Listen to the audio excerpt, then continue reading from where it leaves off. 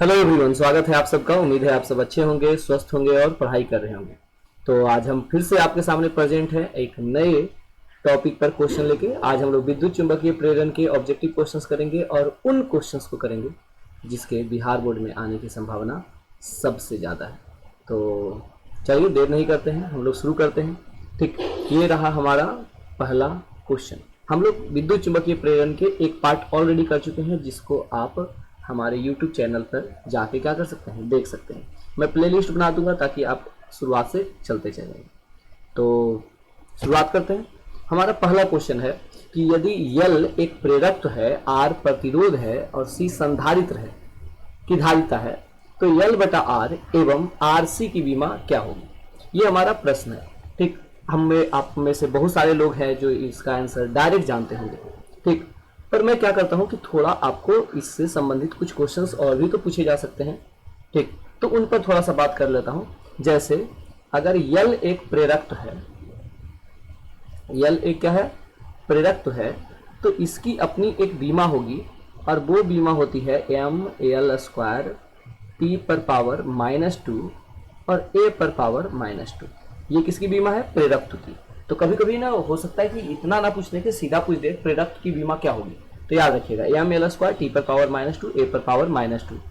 अगर हम R की बात करें जो कि प्रतिरोध है, तो इसकी जो बीमा होती है वो होती है ML² T पर पावर -3 और A पर पावर -2। इसकी बीमा कैसे निकाली जा सकती है ये आप लोग क्लास में पढ़े होंगे। ठीक, मैं उस पर एक सेपरेट वीडियो बना दूंगा कि हम बीमा कैसे निकाल सकते हैं। अभी हम लोग जान लेते हैं कि प्रेरकत्व की बीमा ये होती है, प्रतिरोध की बीमा ये होती है, और रहा बात संधारित्र की धारिता की, तो उसकी बीमा होती है M पर पावर -1, L पर पावर -2, T पर पावर 4 और A का स्क्वायर, है ना। अब अगर हम प्रश्न अनुसार चलें, प्रश्नानुसार,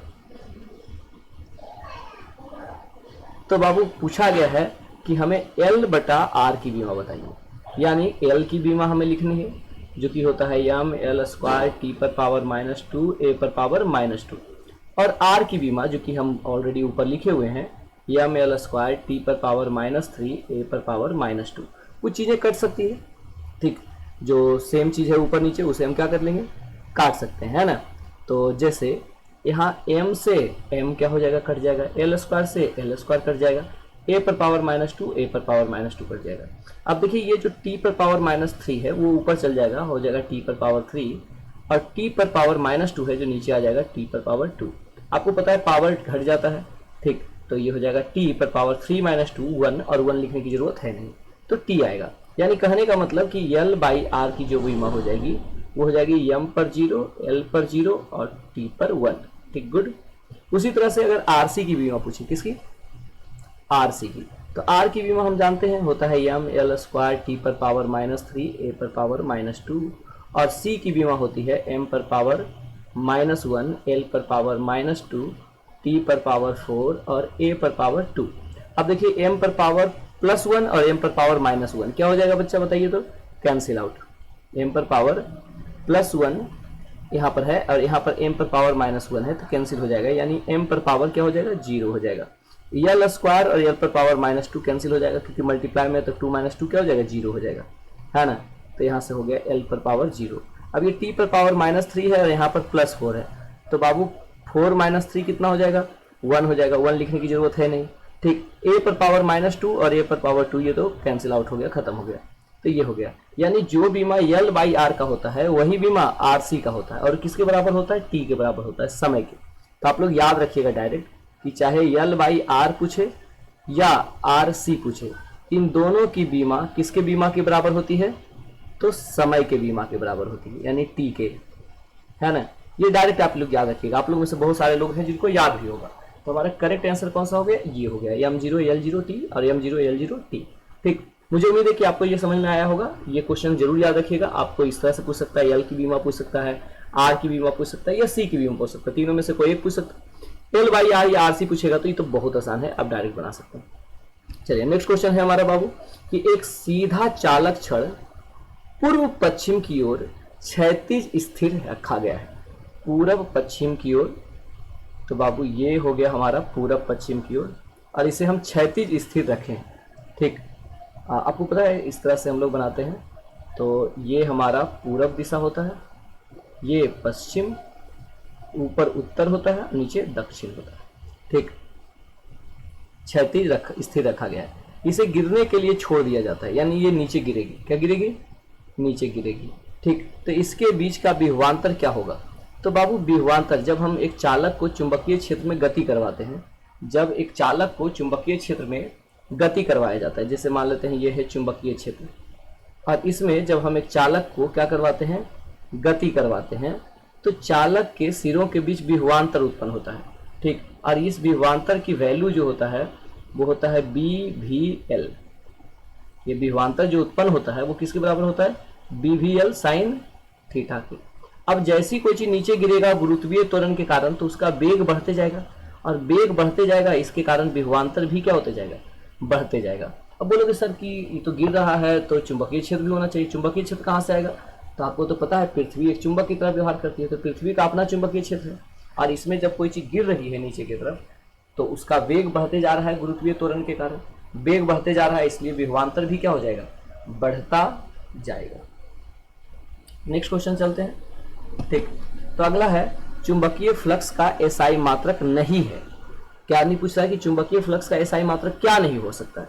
ठीक, तो आपको पता है चुंबकीय फ्लक्स जो होता है फाई, उसका फॉर्मूला होता है चुंबकीय क्षेत्र गुने एरिया यानी क्षेत्रफल और गुने कॉस थीटा। तो अगर हम इसके एसआई यूनिट की बात करेंगे तो ये हो जाएगा चुंबकीय क्षेत्र का टेस्ला और क्षेत्रफल का मीटर स्क्वायर। कॉस थीटा का कोई यूनिट नहीं होता है, तो वे टेस्ला मीटर स्क्वायर, यानी टेस्ला मीटर स्क्वायर तो यूनिट है, तो हमारा ये आंसर तो नहीं होगा। पूछ रहा है कि नहीं होगा, तो ये तो है, तो ये नहीं आंसर होगा। टेस्ला मीटर स्क्वायर को ही हम वेबर बोलते हैं। ठीक, टेस्ला मीटर स्क्वायर को ही हम क्या बोलते हैं? वेबर बोलते हैं। तो वेबर भी फ्लक्स का मात्रक है, तो ये भी हमारा आंसर नहीं होगा, क्योंकि पूछ रहा है नहीं होगा, जबकि ये दोनों तो है।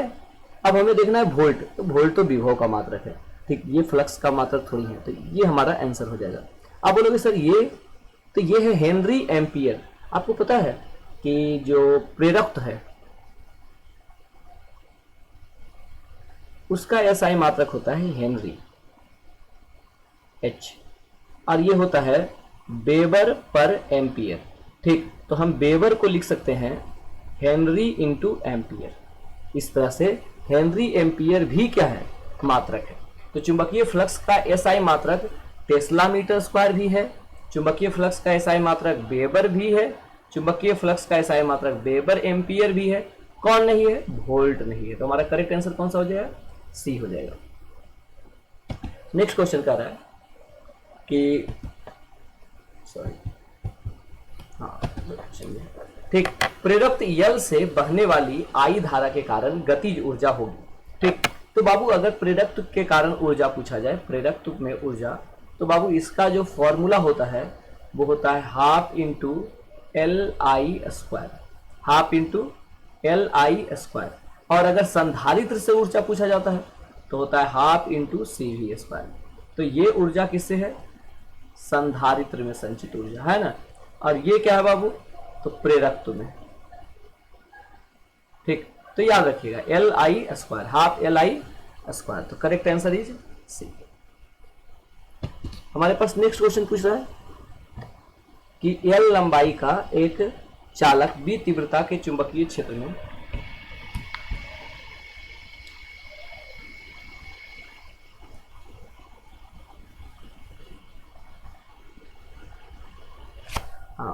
बोल रहा है L लंबाई का एक चालक B तीव्रता के चुंबकीय क्षेत्र के समांतर भी वेग से गतिमान है।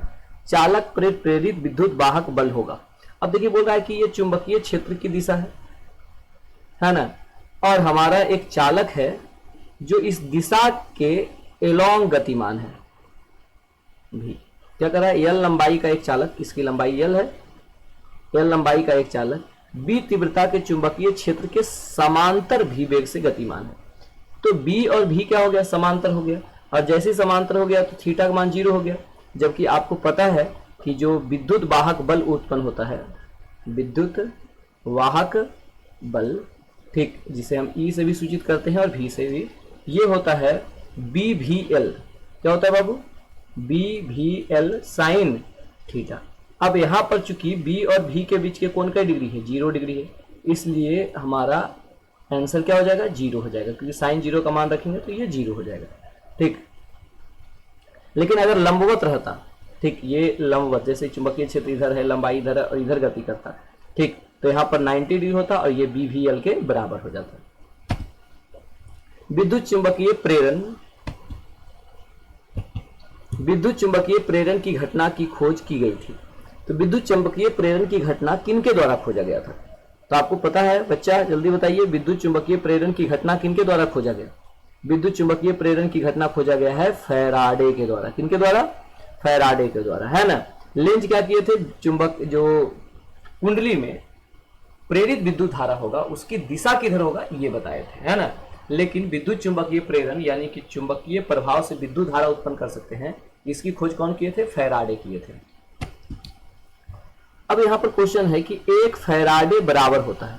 अब आप यहां पर ध्यान रखिएगा कि जो फैराडे है वो मात्रक है आवेश का। फैराडे मात्रक है किसका? आवेश का, याद रखिएगा। ठीक, साथ में यह भी याद रखिएगा कि एक इससे मिलता जुलता चीज है फैराड, और ये फैराड मात्रक है धारिता का। ठीक, तो ध्यान रखिएगा, फैराड जो है वो एसआई मात्रक है धारिता का, जबकि फैराडे जो है वो एक अन्य मात्रक कह सकते हो है किसका? आवेश का। केमिस्ट्री में यूज होता है। और एक फैराडे इज इक्वल टू होता है 96,500 कूलम। ठीक, तो एक फैराडे इज इक्वल टू कितना होता है? 96,500 कूलम। नेक्स्ट क्वेश्चन है हमारे सामने कि यदि यल तथा आर क्रमशः प्रेरकत्व और प्रतिरोध व्यक्त करते हैं तो यल बटा आर की विमा होगी। आपको पता है जब फर्स्ट क्वेश्चन आज हम लोग शुरू किए हैं तो उसमें हम लोग यही क्वेश्चन था कि एल बाई आर की विमा क्या होगी। हम बताए थे एल बाई आर की जो विमा होती है वो समय के विमा के बराबर होती है। ठीक, यानी कहने का मतलब है कि यम 0 होगा, एल 0 होगा और टी होगा। तो हमारा करेक्ट आंसर कौन सा हो जाएगा? हमारा करेक्ट आंसर हो जाएगा सी। नेक्स्ट क्वेश्चन की तरफ बढ़ते हैं। नेक्स्ट क्वेश्चन है किसी ऊंचाई ट्रांसफार्मर के प्राइमरी और सेकेंडरी में क्रमशः N1 और N2 लपेटे हैं। तो बाबू आपको पता है कि ट्रांसफार्मर में एक नरम लोहे का कोर होता है और जिस पर हम क्या करते हैं? कुंडली को लपेट देते हैं, यानी तार को इस तरह से लपेट देते हैं। तो यहां से हमारा बना प्राथमिक कुंडली। ठीक, और इसी तार इधर अगर हम एक दूसरा तार लेके,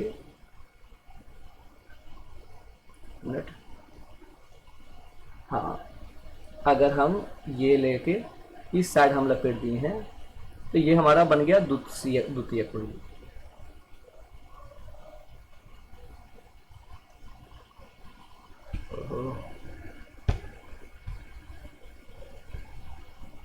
तो ये बन गया हमारा द्वितीय कुंडली। अब इसमें नंबर ऑफ टर्न N1 है, इसमें N2 है। ठीक, इस कुंडली में हम विद्युत धारा देते हैं यानी निवेश करते हैं, इसे हम इनपुट बोलते हैं। क्या बोलते हैं? इनपुट। और जिससे विद्युत धारा हम लेते हैं उसे हम लोग बोलते हैं निर्गत। ठीक, और इंग्लिश में हम बोलते हैं आउटपुट, है ना।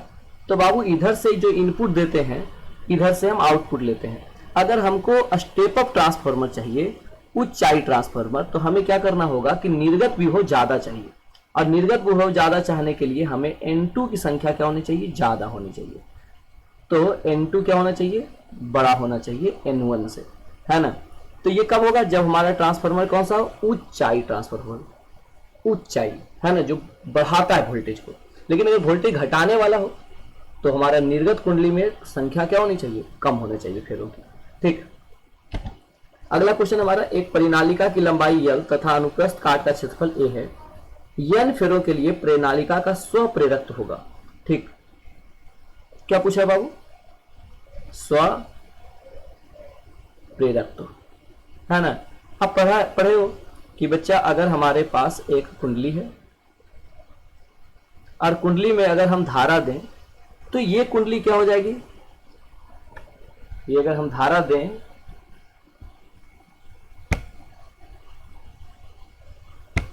तो ये जो कुंडली है इसमें चुंबकीय गुण आ जाएगा, चुंबकीय क्षेत्र आ जाएगा।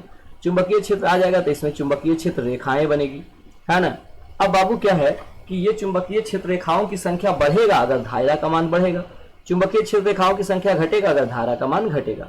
यानी अगर हम इस धारा में परिवर्तन करें, इस धारा में अगर हम क्या करें, परिवर्तन करें, तो इससे गुजरने वाली चुंबकीय क्षेत्र रेखा जिसे तुम बोलते हो फ्लक्स, इसमें क्या होगा, परिवर्तन होगा। फ्लक्स में क्या होगा, परिवर्तन होगा। और इस फ्लक्स में परिवर्तन के कारण इसी कुंडली के अंदर एक धारा क्या हो जाएगा, प्रेरित हो जाएगा, नया धारा उत्पन्न हो जाएगा। इसे हम लोग बोलते हैं स्वप्रेरक। यानी कि एक ही कुंडली में धारा का मान बदलता है जिससे उस कुंडली के उसी के फ्लक्स में परिवर्तन होता है और इसके कारण उसी कुंडली में धारा क्या हो जाता है, उत्पन्न हो जाता है। इसे बोलते हैं हम स्वप्रेरक। स्वप्रेरक को यल से सूचित करते हैं और ये होता है फ्लक्स प्रति इकाई धारा। ठीक, अगर हम इसको सॉल्व करेंगे तो फ्लक्स का मान हो जाएगा चुंबकीय क्षेत्र जो कि होता है B mu naught into N बटा एल और इंटू आई। ठीक, एरिया हो जाएगा पाई आर स्क्वायर और बटा आई, तो आई से आई क्या हो गया, कैंसिल हो गया, है ना। तो ये हो गया। अब यहाँ पर चूंकि नंबर ऑफ संख्या n है तो n से हमको आगे मल्टीप्लाई करना पड़ेगा, तो हो जाएगा हमारा mu not an square by L और इंटू पाई आर स्क्वायर। ठीक, पाई आर स्क्वायर को आप एरिया भी लिख सकते हो, पाई आर स्क्वायर को आप क्या चाहो तो एरिया लिख सकते हो, क्षेत्रफल ए से भी सूचित कर सकते हो।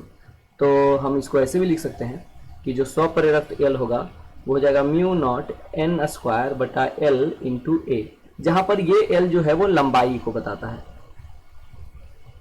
ना। तो हमारा करेक्ट आंसर कौन सा हो जाएगा, ए हो जाएगा। आपको बता देते हैं इसके स्वप्रेरक को ज्ञात करने के लिए, ये जो अभी हम आपको बताएं ज्ञात करने का रफली, इसको आप बढ़िया से लिखोगे तो कभी कभी 5 नंबर के क्वेश्चन में भी पूछे जाते हैं। इस पर ध्यान रखने का, बस क्या करना है बाबू, फ्लक्स को धारा से भाग देना है। तो फ्लक्स निकालना है, धारा से भाग देना है।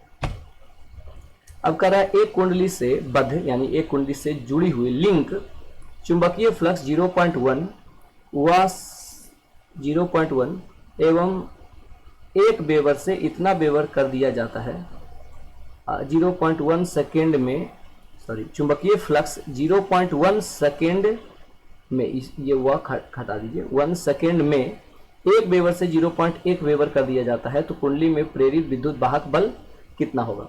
तो आपको पता है प्रेरित जो विद्युत वाहक बल होता है उसका मान होता है n इंटू फ्लक्स में परिवर्तन प्रति इकाई समय, है ना। फ्लक्स में परिवर्तन प्रति इकाई समय। यहाँ पर फेरों की संख्या 1 है क्योंकि कुंडली में फेरों की संख्या मेंशन नहीं किया है। फ्लक्स में परिवर्तन कितना हो गया, 1 से 0.1 यानी कि हो जाएगा 0.1 और -1। क्या करेंगे बाबू, अंतिम वाला में से शुरुआती वाला घटा देंगे। ठीक, आपको पता है अंतर निकालने का। और समय लगा है 0.1 सेकेंड। ठीक, आगे माइनस साइन होता है बाबू, लेंज के नियम के अकॉर्डिंग चले तो माइनस यहाँ दे देते हैं। तो यहाँ पर हो गया -1 और इंटू अगर हम इसको सॉल्व करेंगे तो हो जाएगा -0.9 और बटा 0.1, तो माइनस माइनस कैंसिल और यहाँ से हो जाएगा 9 वोल्ट।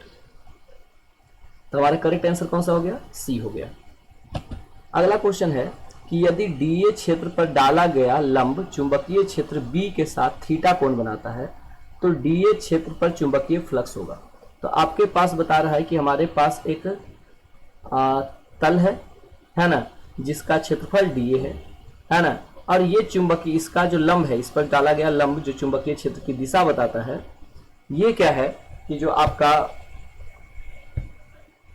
एक मिनट, जो आपका चुंबकीय फ्लक्स होता है, चुंबकीय क्षेत्र होता है, ठीक, ये हमारा मान लेते हैं चुंबकीय क्षेत्र है, उसके साथ थीटा कोण बना रहा है। उसके साथ कितना कोण बना रहा है, थीटा कोण, सॉरी,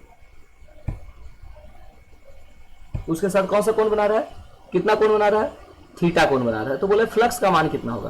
तो आप जानते हो कि जो डी फाई होगा फ्लक्स, उसका मान हो जाएगा बी गुने क्षेत्रफल जो कि है डी ए और इंटू कॉस और इन दोनों के बीच का कोण थीटा, तो B D A cos theta. तो correct answer is 8। Next question है, एक कुंडली का स्वप्रेरण गुणांक 5 हेनरी है, 5 मिली हेनरी है। यदि इस कुंडली से 2 एम्पियर की धारा प्रवाहित की जाए तो कुंडली में चुंबकीय फ्लक्स का मान क्या होगा। तो आपको पता है बाबू कि स्वप्रेरक जो होता है वो होता है फाई बटा आई, है ना। अब फाई का मान कितना, एल का मान कितना दिया हुआ है, 5 मिली हेनरी, तो ये होगा 5 और मिली का मतलब 10 पर पावर -3। फ्लक्स का मान हमें नहीं पता है, पर धारा पता है 2 एम्पियर है। तो जब फ्लक्स का मान निकालना होगा तो ये गुना हो जाएगा, तो 2 पचे 10 गुने 10 पर पावर -3 जो कि हो जाएगा 10 पर पावर -2 वेबर, ठीक, जिसे आप चाहो तो ऐसे लिख सकते हो 0.01 वेबर। तो करेक्ट आंसर इज सी, है ना। तो बहुत आसान होता है, थोड़ा सा आप रिवाइज करना है, थोड़ा सा क्वेश्चंस करते जाओ, हमारे साथ लगातार बने रहो, ठीक। आपको हम गारंटी देते हैं कि इस बार बिहार बोर्ड के एग्जाम में जो 35 नंबर के ऑब्जेक्टिव होता है, आपको 70 क्वेश्चंस पूछे जाते हैं, 35 क्वेश्चन आपको बनाना होता है। गारंटी देते हैं कि 70 में 60 प्लस क्वेश्चन जो हम आपको ऑब्जेक्टिव करा रहे हैं उससे ही आएगा। आपको बनाना सिर्फ कितना है, 35 क्वेश्चन बनाना है, जो कि काफी आसान है ना, ठीक। तो चलिए, कह रहा है 600 फेरों वाली एक चालक कुंडली का स्वप्रेरक 108 मिली हेनरी है। इस प्रकार के एक दूसरी 500 फेरों वाली कुंडली का स्वप्रेरक होगा। तो बाबू स्वप्रेरक का फॉर्मूला क्या होता है कुंडली के लिए, आप पढ़े हैं कि ये होता है mu naught n square by L और इनटू एरिया। अब बोल रहा है ना कि जो दूसरा कुंडली है वो इसी प्रकार के, खाली फेरों की संख्या अलग है। तो यल जो है वो डायरेक्टली प्रोपोर्शनल हो जाएगा n स्क्वायर। यल किसके प्रोपोर्शनल हो जाएगा, डायरेक्टली प्रोपोर्शनल हो जाएगा, डायरेक्टली किसके, n स्क्वायर के, ठीक, ध्यान रखिएगा। यानी कहने का मतलब L1 by L2 is equal to हो जाएगा N1 बाई N2 का होल स्क्वायर। तो चलिए शुरू कर देते हैं। तो L1 जो हमारा है वो है 108 मिली हेनरी, L2 का मान हमें पता नहीं है, ठीक। N1 का जो मान है बाबू वो है 600 और N2 का मान है 500। इसका स्क्वायर करेंगे, ये 20 खत्म हो गया, यानी 108 milli henry by L2 is equal to हो गया 6/5 का स्क्वायर, तो 6 छक 36, 5 पचे 25। आप अगर जो इसको काटो तो मुझे लग रहा है कि 36 जो है वो 3 तिया 9 और 6 तिया 18, यानी कि 3 टाइम में कैंसिल हो जाएगा, ठीक। तो अगर हम क्रॉस मल्टीप्लीकेशन करें तो L2 इधर आ जाएगा और 25 तिया 75 मिली हेनरी आपका आंसर हो जाएगा, ठीक। तो आपका करेक्ट आंसर कौन सा हो जाएगा, ए हो जाएगा, ठीक। और इस तरह से हमारा एक क्वेश्चन और है, लंबी दूरी तक शक्ति प्रेषण के लिए प्रयुक्त ट्रांसफार्मर संप्रेषण केंद्र पर होनी चाहिए। संप्रेषण केंद्र क्या होता है बाबू, तो जहां विद्युत ऊर्जा का निर्माण होता है, जहां विद्युत ऊर्जा यानी बिजली उत्पन्न की जाती है, उत्पन्न की जाती है। आपको पता है कि बिजली का निर्माण डैम से होता है, पन बिजली है ना, कोयला जला के होता है। तो जहां पर इसका निर्माण होता है तो वहां पर से चूंकि बहुत दूर तक बिजली भेजना होता है, इसलिए हमको हाई वोल्टेज पर, बहुत उच्च विभव पर संप्रेषित करना होता है। उच्च विभव पर क्या करना होता है, संप्रेषित करना होता है। और अगर उच्च विभव पर संप्रेषित करना होता है तो हमें विभव को बढ़ाना होता है। विभव को बढ़ाने के लिए हम कैसा ट्रांसफार्मर यूज करेंगे, ऊंचाई ट्रांसफार्मर। तो यहाँ कैसा ट्रांसफार्मर होता है, ऊंचाई ट्रांसफार्मर होता है। आज के लिए इतना ही, आप सबको धन्यवाद, ठीक। कल हम लोग फिर से मिलेंगे और हम कुछ नए क्वेश्चंस, कुछ इंपॉर्टेंट क्वेश्चंस क्या करेंगे, प्रैक्टिस करेंगे। आपको अगर कुछ सुझाव देना है तो आप कमेंट में दे सकते हैं, हमारे साथ बने रह सकते हैं। आप सबको good night, thank you, bye.